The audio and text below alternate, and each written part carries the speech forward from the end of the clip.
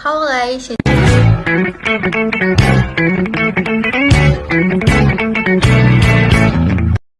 Assalamualaikum warahmatullahi wabarakatuh. Halo semuanya, perkenalkan nama saya Altara Maura Edila dari kelompok 3, Praktikum Algoritma dan Pemrograman. Jadi di sini saya akan menjelaskan lampiran soal nomor 1, yaitu buatlah program untuk menentukan apakah sebuah bilangan bulat adalah positif, negatif, atau nol. Gunakan pernyataan if, else, if. Jadi yang pertama itu ada algoritma dan deskripsi program.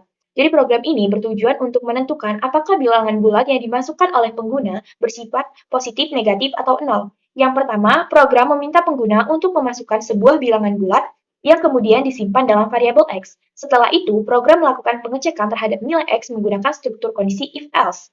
Jika program melakukan pengecekan, jika nilai X lebih besar dari 0, program akan mencetak positif. Jika nilai X kurang dari 0, program akan mencetak negatif. Namun, jika X sama dengan 0, program akan mencetak 0. Dengan ini, program dapat menentukan bilangan berdasarkan tanda nilainya dan menampilkan hasilnya di layar sesuai dengan input yang diberikan oleh pengguna. Jadi yang pertama itu ada flowchart-nya, yaitu dimulai dari start atau mulai, lalu menginputkan variabel X, lalu mengecek kondisi X ini jika lebih besar dari 0, jika iya maka cetak positif lalu program pun berakhir. Jika tidak, maka program akan disuruh mengecek kondisi X jika X lebih kecil dari 0, jika iya maka program akan mencetak negatif lalu program pun berakhir. Dan jika tidak, maka program akan mencetak 0 lalu program pun berakhir. Lalu selanjutnya itu ada pseudocode. Untuk pseudocode-nya itu ada for x.2 integer, yang artinya x ini adalah sebuah variabel yang digunakan untuk menyimpan bilangan yang akan diinputkan oleh pengguna nanti dengan tipe data integer.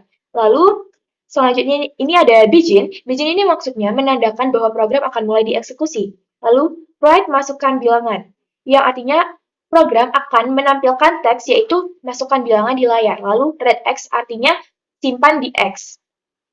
Lalu, untuk pengecekan nilai, if X lebih besar dari 0, maka cetak positif. Lalu, jika X kurang dari 0, maka cetak negatif. Lalu, jika X atau else dan right 0, jika X tidak lebih dari 0 dan tidak kurang dari 0, maka cetak 0. Lalu, program pun berakhir. Lalu, untuk programnya, kita langsung saja buka kode blocks. Yang pertama itu ada include IOStream. Ini maksudnya itu adalah agar program bisa menampilkan teks atau output dan menerima input dari pengguna. Lalu ada using namespace std. Ini maksudnya agar kita bisa langsung menuliskan seperti cout dan cin tanpa harus menambahkan std.2 di setiap depannya. Selanjutnya ada inMine. InMine ini maksudnya bagian utama program yang akan dijalankan pertama kali. Lalu ada inX. InX ini untuk menyimpan angka yang akan dimasukkan oleh pengguna dengan tipe data integer. Lalu ada cout masukkan bilangan, yang artinya menampilkan teks yaitu masukkan bilangan di layar. Lalu ada cinx, simpan di X. Jadi, program akan meminta pengguna memasukkan bilangan dan simpan di variabel X ini. Lalu untuk pengecekan nilai, if X lebih besar dari 0, cout positif.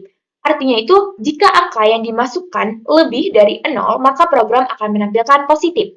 Lalu untuk yang else, if X lebih kecil dari 0, cout negatif. Maksudnya, jika angka yang dimasukkan kurang dari 0, maka program akan menampilkan negatif. Lalu ada else, cout 0. Jika angka yang dimasukkan adalah 0, maka program akan menampilkan 0. Lalu program pun berakhir. Untuk membuktikannya, langsung saja kita run.